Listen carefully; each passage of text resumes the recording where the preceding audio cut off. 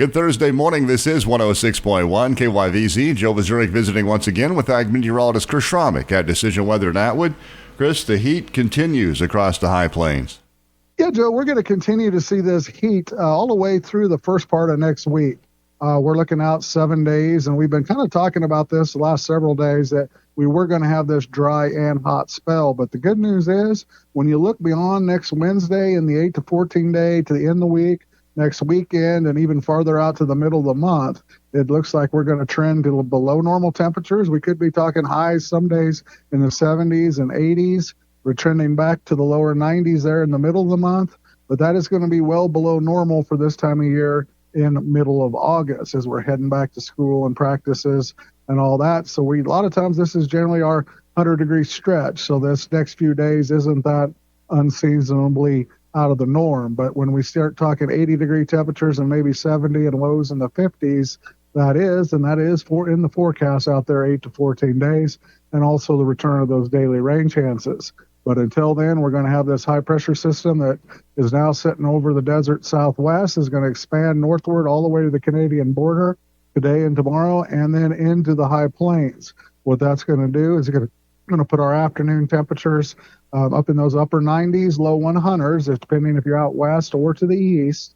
And then we're going to see overnight lows in those middle to upper 60s, 70s, low 70s to the east. And as well as we're going to be dry, the only chance for precipitation looks like it'll be tomorrow evening. We got some storm system or a little disturbance that'll come out of Colorado. And that 6 p.m. to midnight time frame, we could see some scattered storms with a hit and miss quarter, half inch of precipitation. Not expecting any severe weather. If it is, it'll be a 1 or 2 isolated warnings for a 60-mile-an-hour wind or a little bit of hail. So we're not expecting anything widespread. And as far as wind direction goes, it's going to be variable and light. We don't see any days where it's going to be too windy. Today we'll be in that northwesterly flow, and then the next 2 days into southerly flow.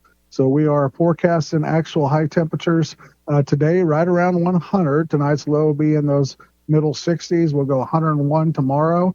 Be cooler on Saturday around 95 as those winds will kind of switch back to the north and west. We could have some of that smoke and haze from the fires. And then as we go into Sunday, Monday, and Tuesday, that's when that high-pressure ridge will flatten a little bit out to the west. That'll give us the westerly downsloping flow like we stayed on those days where we went to 104, 105.